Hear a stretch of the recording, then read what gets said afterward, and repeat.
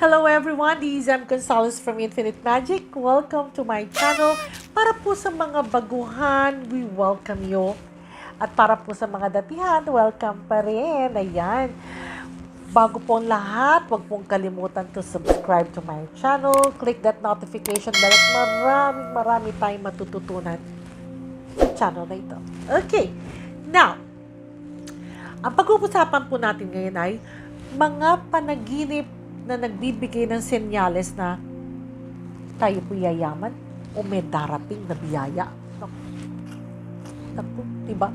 Lahat po naman tayo nananaginip at lahat ng gusto natin, panaginip natin maganda. Okay. Now, ito po until 9 or 10 or ang isi-share ko sa inyo. Ang unang-una daw po ay ang gatas at ang honey. Kayo po or bees, yan, mabubuyog. At gatas, pag daw po tayo na naginip, umiinom tayo or naliligo tayo sa gatas or may mga bees na maliligid sa atin, yan, kasaganahan daw po at positive ang darating sa atin. Pag naman daw po tayo na naginip ng ginto or singsing, bumibili tayo ng ginto, meron tayo binibigyan tayong ginto, or maraming ginto, ito daw po yung magkakaroon tayo ng pera. Yan. At may paparating din daw pong pera. At magkakaroon din daw po ng increase ng salary at magkakaroon din daw po ng promotion. Ayan. Kaya susunod po, kung tayo daw po nananaginip ng grains or bigas, may kasaganahan daw po darating at may swerteng darating. Ayan, that's number 3.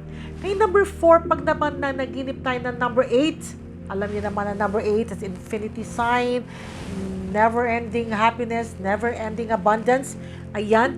So, ibig sabihin daw po is magtatagumpay din tayo sa mga binabalak natin na negosyo or mga, let's say, meron kayong binabalak na buksan or desisyon na kailangan gawin. Yan, number 8 daw po is magiging okay daw po. Okay. Pag naman daw po tayo na naginip ng agila or hawk, yan, dahil ang God of Sky, tawag sa kanya, it is also the sign of strength at swerte. Yan. So pag naginip naman daw tayo ng red meat or karne na maganda, mapula, yan. So, yan daw po ay may mga darating na kaperahan at aangat daw tayo sa ating mga kabuhayan. Kasi mga nung araw pa, ang mga matataas o mayayaman na tao lang po ang nakakakain ng karne. Yan, okay? So, pag nanaginip tayo ng pera, naku, yan, may financial success na darating para sa atin. Pag nanaginip naman daw tayo ng green leaf, mga puno, mabunga, maraming bunga at magaganda, luntian ng mga kulay. Ayan. So, you know naman, green is the color of money. So, kayo daw po ay tiyak na yayaman sa inyong buhay. Ngayon, pag nanaginip din daw po tayo ng pupu, yan, or dumi ng tao, sabi nga, alam niyo na yan, may perang parating. At pagtatapos din po, naglalabas din kayo ng mga inyong mga hindi magandang suliranin na kayo nagpapagulo sa inyong isipan, matatapos daw po because you are releasing all the stress. Ayan. At pag nagnaginip din po tayo pang 10 ng banana or saging, alam niyo naman ang banana, sama-sama, yan, ibig sabihin sama-samang pamilya, sama-samang masaya. Ayan ako. Kayo ba po ay handang managinip?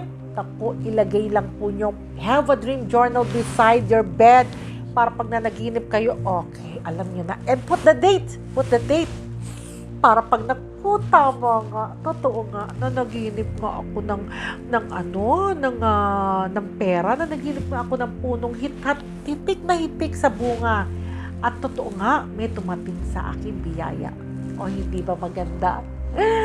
I hope you enjoy this simple videos that I'm sharing this with you. Subscribe po and click that notification bell and share. Marami po kayo matututunan sa channel na ito. As always, love and light, love and abundance.